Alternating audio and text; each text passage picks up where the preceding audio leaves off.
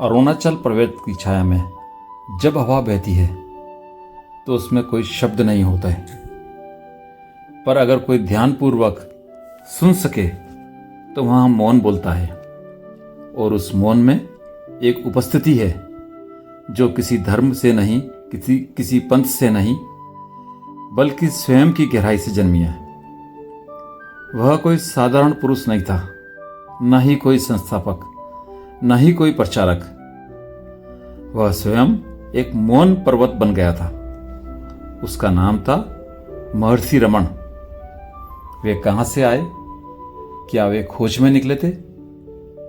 क्या उन्होंने वेद, उपनिषद, ध्यान, मंत्र, तपस्या का मार्ग पकड़ा था? नहीं, वे तो वहीं बैठे थे जैसे एक बीज जो बिना पानी के भी अंकुरित हो गया हो। एक बच्चा जो कभी साधक बना ही नहीं और फिर भी वह स्वयं साधना का प्रतीक बन गया। बचपन में उनका नाम वेंकटरमण था। तमिलनाडु के तिरुचल्ली गांव में उनका जन्म हुआ। कोई भविष्यवाणी नहीं हुई थी, न कोई विशेष ग्रह योग बताया गया था, न ही उनके माता पिता को पता था कि उनका पुत्र एक दिन मौन की मूर्ति बन जाएगा। वे आम बालकों की तरह थे, खेलते, दौड़ते, कभी कभी पढ़ाई से भागते। लेकिन एक बात थी, वे भीतर से अत्यंत स्थिर थे। उनमें कोई भावनात्मक विक्षोभ नहीं था। एक उदासी, एक शून्यता, जैसे वे शरीर में हो पर किसी और जगह से संचालित हो। यह सब अचानक स्पष्ट हुआ जब वे मात्र 16 वर्ष के थे। एक साधारण दिन था, न कोई विशेष अवसर, न कोई ध्यान, न कोई माला, न कोई शास्त्र पढ़ने की बात। बस अचानक उनके ऊपर मृत्यु का भय छा गया। ऐसा भय जिसे शब्दों में बांधना असंभव है। उन्होंने कमरे में जाकर चुपचाप लेटकर मान लिया कि अब मेरी मृत्यु हो गई। पर उस अनुभव में उन्होंने मृत्यु को देखा, उसका परीक्षण किया, उसे भीतर तक महसूस किया। लेकिन तभी उन्होंने जाना, यह शरीर तो मर सकता है, पर मैं जो अनुभव कर रहा हूं वह शरीर नहीं है। उस क्षण जो हुआ वह कोई मानसिक प्रक्रिया नहीं थी, वह कोई विचार नहीं था, वह एक पूर्णतः जीवंत साक्षात्कार था, जैसे किसी ने पर्दा हटा दिया हो और वहां केवल प्रकाश हो। उस अनुभव के कुछ ही दिनों बाद वे अपने घर से निकल पड़े। मां को बिना बताए, भाई से बिना कुछ कहे। उनके भीतर अब कोई लौटने वाला नहीं बचा था। वे चल पड़े बिना यह सोचे कि जाना कहाँ है। वह पहुंचे तिरुवन्नमलई, वह पवित्र भूमि जहां अरुणाचल पर्वत स्थित है, जिसे स्वयं शिव का रूप कहा जाता है। रमण को कुछ नहीं चाहिए था, न वस्त्र, न आश्रय, न भोजन। वे बस बैठ गए और स्थिर हो गए, इतने स्थिर कि लोग उन्हें पाषाण समझने लगे। गुफा में वे चुपचाप बैठे रहते। कभी रेंगते कीड़े शरीर को काटते, कभी घाव हो जाते, लेकिन वे तनिक भी विचलित नहीं होते। वह शरीर जैसे अब उनका था ही नहीं।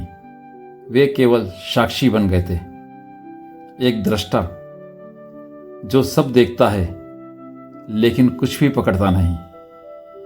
वह जिसमें मैं को खो दिया और शुद्ध अस्तित्व बन गया है।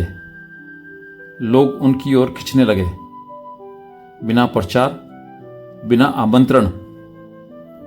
कोई कुछ पूछता तो वे उत्तर में केवल एक प्रश्न करते, मैं कौन हूं?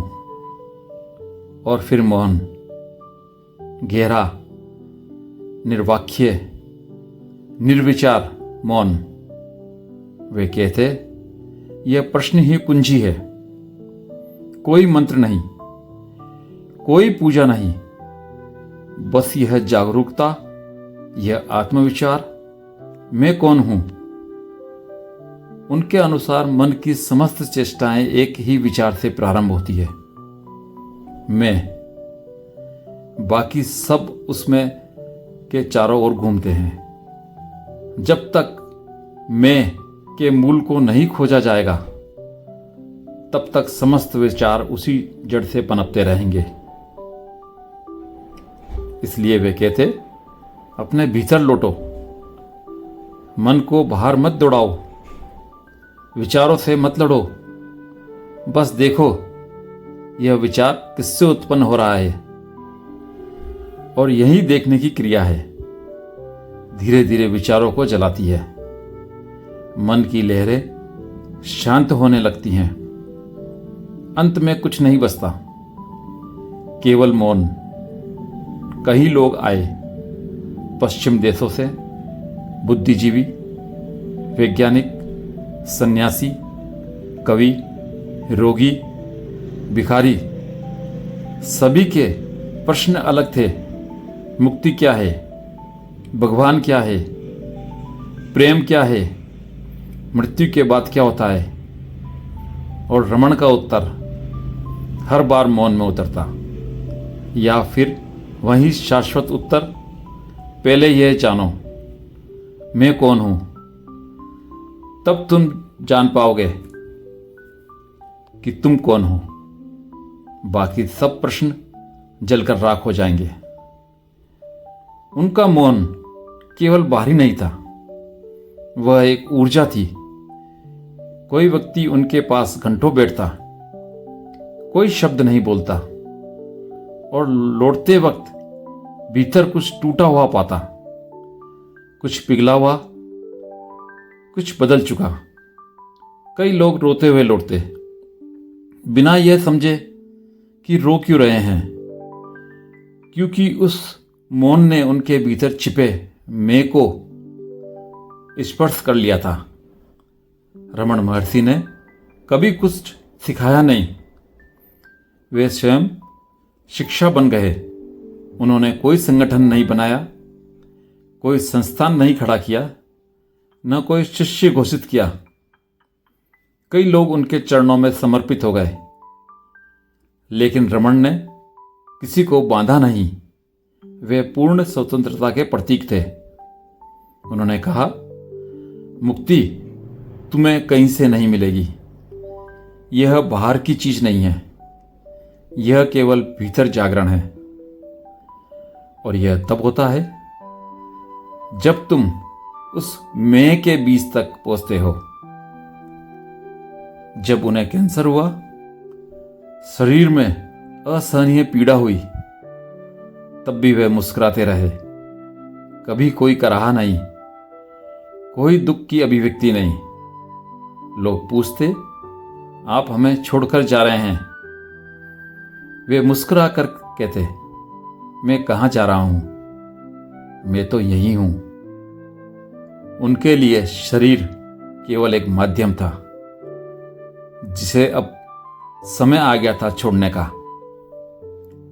1950 की एक शांत संध्या, अरुणाचल की दिशा में दृष्टि लगाए हुए वे मौन में समा गए, और उसी क्षण आकाश में एक विशाल उल्का दिखी, जिसे बाद में अनेक लोगों ने एक देवी संकेत माना। वे गए नहीं, वे समा गए उसी मौन में, जहां से वे कभी अलग हुए ही नहीं थे। आज भी तिरुवन्नमलई में रमण आश्रम है। कोई शोर नहीं, कोई भीड़ नहीं, केवल मौन। और वह मौन अब भी पुकारता है, किसी आवाज से नहीं, किसी भाषा से नहीं, बल्कि भीतर की उस स्पंदन से, जो तब जन्म लेती है जब आप प्रश्न करते हैं, मैं कौन हूं।